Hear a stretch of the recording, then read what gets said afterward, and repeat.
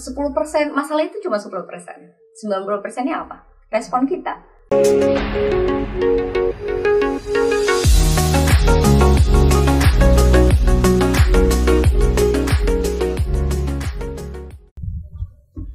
Halo teman-teman, ketemu lagi bareng saya Nazratul Uyun di channel Dua Sisi Project. Nah, kali ini di episode pertamanya tentang buku dan juga film. Selalu menarik ya kalau kita berbicara tentang buku dan juga film. Apalagi nih di awal-awal pandemi kemarin itu menjadi satu hal yang berat buat kita semua. Pasti berat termasuk saya sendiri, jadi banyak nyoba hal-hal baru gitu kan. Pastilah teman-teman nyobain tuh kayak dalgona-dalgonaan kan. Terus buat martabak gagal sampai berapa kali. Satu aku tuh yang berhasil ngebuat pai susu, itu kayak jadi favorit banget di keluarga. Terus nyoba apa lagi ya? Ya nyoba nulis puisi, nyoba ikut lomba, terus juga buat akun YouTube. Sampai pada akhirnya ya kalau ada apa ya kata-kata bijak lah yang bilang mau dipenjara kayak mau kayak mana keadaan sesusah apapun, teman terbaik itu ya adalah buku gitu. Dan bener-bener membuktikan banget sih kalau buku itu jadi teman paling setia. Lo mau punya pacar juga beneran deh, buku itu paling setia. Kalau buku kayak dia nggak mengkhianati lah gitu. Kalau orang lain tuh bisa aja PHP dan mengkhianati gitu. Tapi kalau buku itu jadi kita punya persepsi, punya pandangan yang lebih luas gitu.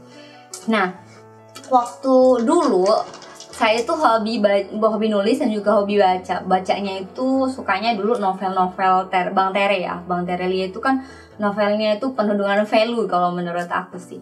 Kayak di bukunya dia tuh tebal-tebal banget, 400 sampai 500 halaman. Terus juga ya paling dibacanya kayak 3 hari tuh selesai gitu ya. Itu zaman-zaman sekolah gitu lah, awal-awal kuliah. Nah, kalau sekarang itu mungkin faktor umur kali ya. Jadi mencoba kebiasaan baik itu, mencoba kebiasaan membaca. Nah, genre bukunya udah beda nih. Jadi lebih ke baca buku self improvement, psikologi, terus juga buku komunikasi, filsafat. Nah, itu mungkin agak levelnya agak naik dikit gitu ya. Jadi waktu itu awal pandemi itu kan online tuh apa-apa. Akhirnya saya belajar buat nggak suka beli online gitu loh, kayak di marketplace gitu tuh nggak suka. Tapi ya mau gimana lagi, akhirnya beli buku online, beli bukunya Gita Savitri yang tentang A Cup of Tea. Next time kita bahas tentang itu. Terus ada juga bukunya Jim Maurus tentang emosional gitu lah ya, tentang emotional healing dan lain sebagainya. Ada juga bukunya Wirda Mansur, bukunya Marcella yang seputar NKCTHI yang booming banget itu. Memang keren banget sih, itu kayak relate banget sama keadaan pandemi kayak gini. Nah, itu kan awal pandemi ya. Berat tapi kayak seneng tapi khawatir gitu lah ya awal pandemi itu. Terus kita memasuki era new normal. Wah, masyarakat tuh udah beda lagi tuh antusiasnya waktu new normal. Tadinya kan nggak pernah keluar nih. Akhirnya kalau saya cuma memberanikan diri untuk keluar, mungkin kayak sekedar beli makanan. Terus juga pergilah ke toko buku, nah ke Gramedia nih ceritanya, nyari-cari buku. Jadi ketagihan baca bukunya itu. Waktu saya lihat rak-rak bestseller gitu, kira-kira saya beli buku apa ya gitu. Nah, ada yang menarik nih, ada sebuah buku dengan sampul warna putih, ada kuning-kuningnya gitu, dan gambarnya ini kayak orang tua gitu ya. Nah, tapi dari judulnya, saya melihat judulnya tuh menarik gitu. Nah, bukunya itu yang menarik perhatian saya adalah Filosofi Teras. Nah, kelihatannya sederhana banget kan ya. Tulisannya pun awalnya itu saya pikir saya bakal berat banget, rapet banget tulisannya. Kayak nggak menarik sih sebenarnya, kayak aduh ini berat banget nih, kayaknya nggak bisa nih diberesin dalam waktu yang singkat gitu.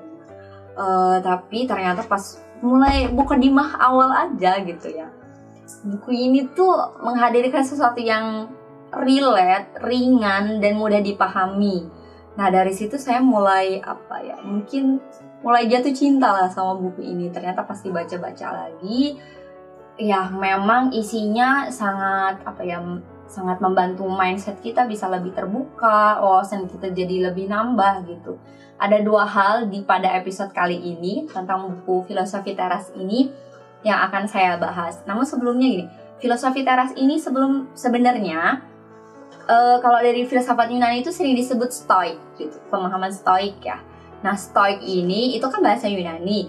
Nah, Bang Henry Manampiring ini pengen menyajikan sesuatu yang lebih sederhana, easy listening lah sama orang-orang Indonesia. Makanya disebut filosofi teras. Nah, jadi ada dua hal yang akan dibahas di episode kali ini dari buku Filosofi Teras.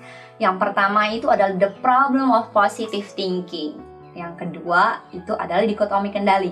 Nah, the problem of positive thinking ini mungkin yang selama ini kita sering banget gak sih? Kalau kita kayak sedih dikit teman-teman tuh, gila lo positive thinking dong, suzon mulu gitu. Terus kita kayak ngeluh, positive thinking dong gitu. Apa-apa kita tuh dilatih untuk berpositive thinking gitu, berpikir positif. Nah, sedangkan di filosofi teras ini, positive thinking ini bisa jadi masalah loh buat kita, bisa jadi problem yang cukup besar untuk kita. Kenapa gitu? Nah, tapi ada orang juga yang realistis dong gitu, kalau mikir itu nggak usah positif doang gitu. Kenyataannya udahlah kita tuh nggak bisa gitu, kita tuh emang nggak nyampe gitu. Dan itu berpikir terlalu realistis atau terlalu negatif gitu. Nah, ini juga nggak pas gitu ya jadinya. Nah, ada satu pemikiran yang di filosofi teras ini, dia tuh kayak posisinya ada di tengah-tengah gitu. Nggak positif banget, nggak negatif banget. Namanya mental contrasting. Nah, mental contrasting itu gimana sih? Jadi, kita tuh berpikir positif, oke. Dengan catatan, kita juga harus ingat di dalam pikiran yang positif itu kita harus memikirkan ada hambatan apa sih gitu. Di dalam dreams kita itu ada hambatan apa? Contohnya, aku kasih contoh gini deh. Kalau kita hari ini mau menghadapi bimbingan dengan PA kita, nah, kita itu berpikir positifnya apa? Ya, kita positifnya kita bakal bimbingan, bakal tercerahkan, mood dosen kita itu bagus gitu kan. Akhirnya pulang dengan senang hati, bisa dikoreksi dan lain sebagainya. Nah, itu pikiran positifnya. Nah, kalau ternyata itu kita ini kan dengan mental contrasting tadi, apa aja sih sebenarnya negatifnya gitu? Jalan tengahnya, kalau hambatan-hambatannya itu apa aja? Itu kan tadi jalan mulus. Kalau ini kita harus memikirkan hambatannya.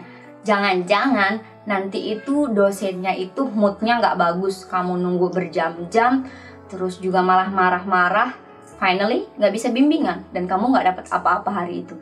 Nah, ini juga perlu kita pikirkan. Kalau misalkan udah nunggu berjam-jam, dosen ini kira-kira kita mengontrol emosi kita kayak mana ya gitu. Apa kita marah-marah juga sama dosennya? Atau kalau kita nunggu kayak gitu, kita mengerjakan sesuatu yang lebih positif lagi gitu, lebih penting lagi daripada itu. Daripada nunggu, mungkin kita baca buku dan lain sebagainya.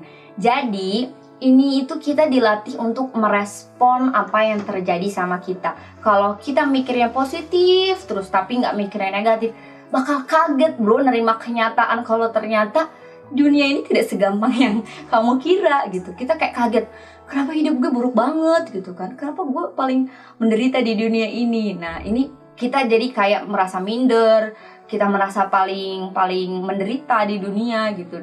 Downnya berlebihan, respon negatifnya berlebihan. Nah, kalau misalkan kita dapat sesuatu yang positif, ternyata bimbingan kita lancar, usaha kita lancar dan lain sebagainya, ini otomatis kita siap banget kan. Oh, dengan kesuksesan ini, dengan keberhasilan ini, saya bisa menata kehidupan saya menjadi lebih baik.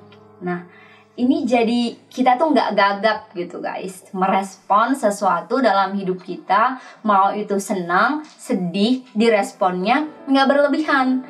Jadi jangan sampai senang, wow euforia semuanya dihabiskan uang kita. Nah, kebalikannya kalau sedih, down banget, ngerasa sendiri, nggak bisa ngapa-ngapain. Nah, ini juga jadi satu hal yang up and down-nya ini banget ya, kerasa banget. Nah, kalau di filosofi teras kita diajarkan untuk bisa merespon segala sesuatu, senang, sedih gitu ya, kebahagiaan, terus keberhasilan, kegagalan.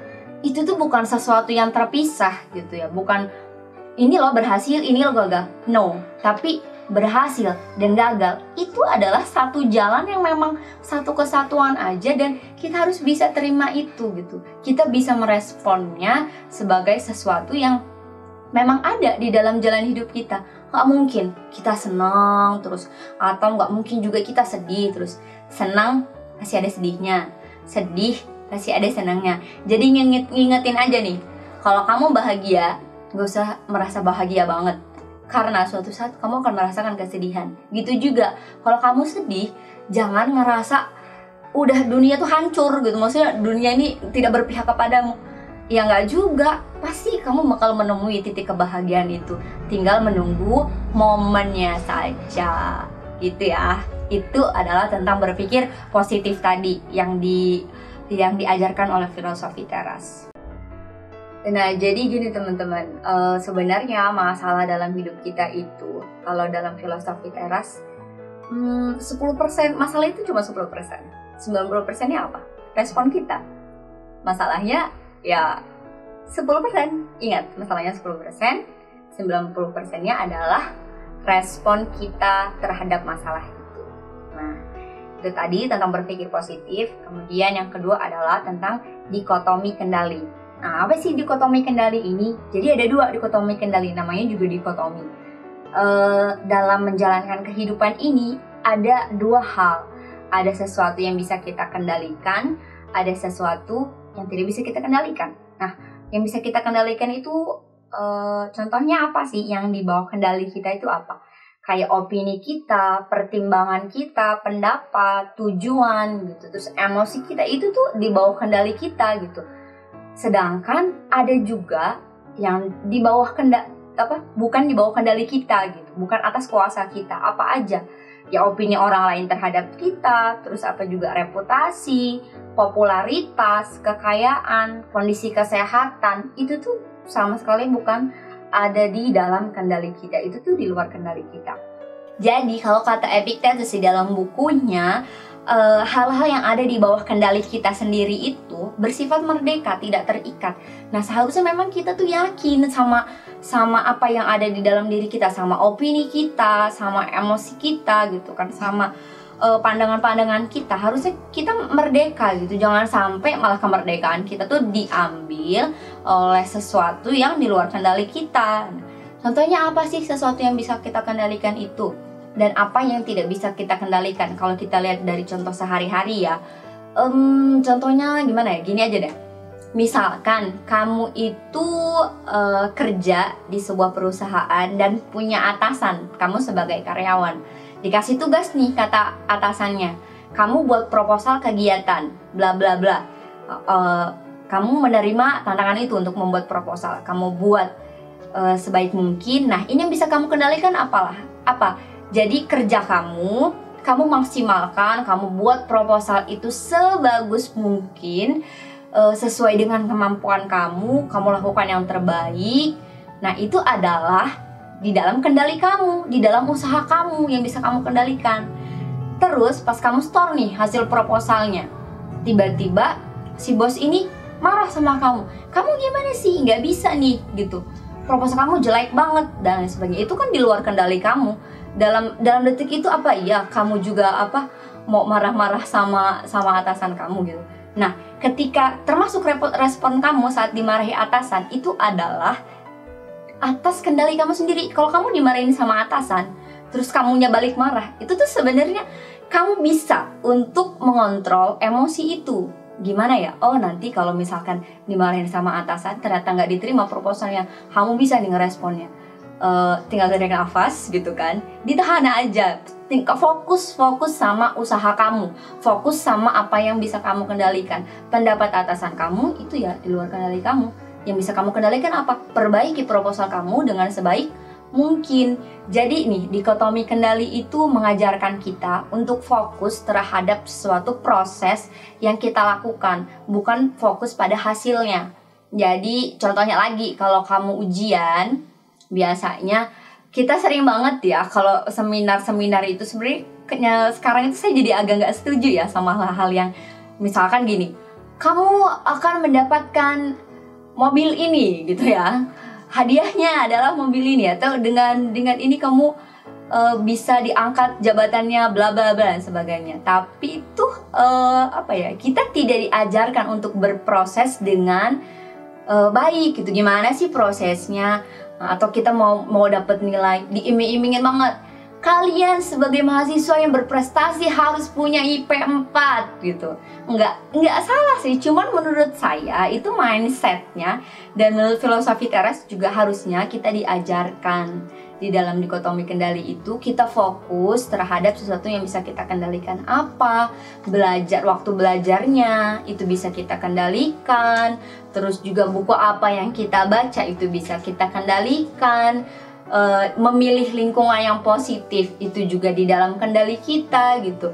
Terus kalau perkara nanti kamu dapat hasil IP 4 atau dia IP 3, sekian atau IP 2, sekian, kalau ternyata usaha kamu, proses kamu sudah besar, nggak masalah gitu. Jadi kita tuh nggak melulu berfokus kepada hasil, tapi kita akan lebih menghargai proses kita akan lebih fokus ke dalam diri kita. Terus gini, kalau di dalam dikotomi kendali ini, orang-orang stoicisme ini mengajarkan bahwa kebahagiaan sejati hanya bisa datang dari things we can control, hal-hal yang di bawah kendali kita. Jadi pernah dengar gak sih, kamu kalau bahagia kenapa gitu?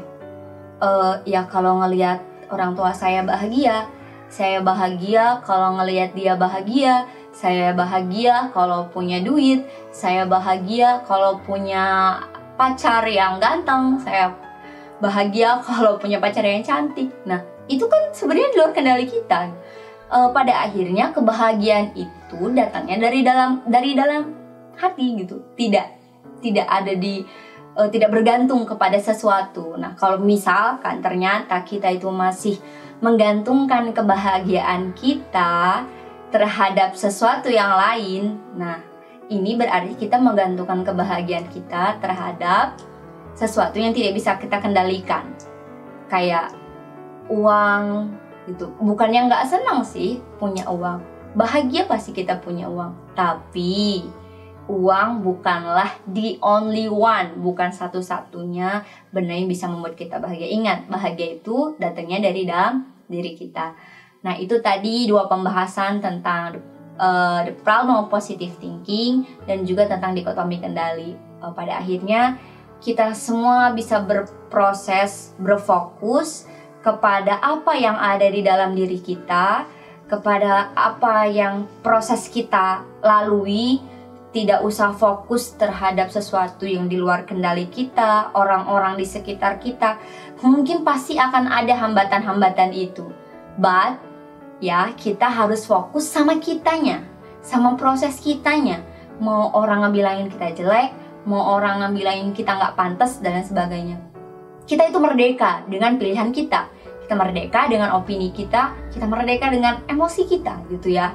Nggak apa-apa, nangis, bahagia, gagal, sukses, itu semua adalah satu kesatuan yang ada dalam hidup kita. Nggak bisa dipisahkan begitu saja. Itu aja pembahasan kali ini dari buku Filosofi Teras. Masih banyak lagi, kalau teman-teman memang mau nanti dibahas lagi tentang Filosofi Teras ini, sangat menarik sekali. Terima kasih buat Bang Henry Manem Piring, Bang Piring sering dibilangnya, sudah memberikan pencerahan untuk saya khususnya, mungkin juga teman-teman di luar sana, terkait mindset kita tentang kebahagiaan, terus juga bagaimana kita berpikir positif yang baik, terus ya bagaimana kita harus menghargai setiap proses kita, berfokus sama diri kita, nggak usah fokus sama di luar kita itu, biarkan itu menjadi bagian proses dalam hidup kita. Oke, segitu saja untuk episode dari buku dan film kali ini. See you!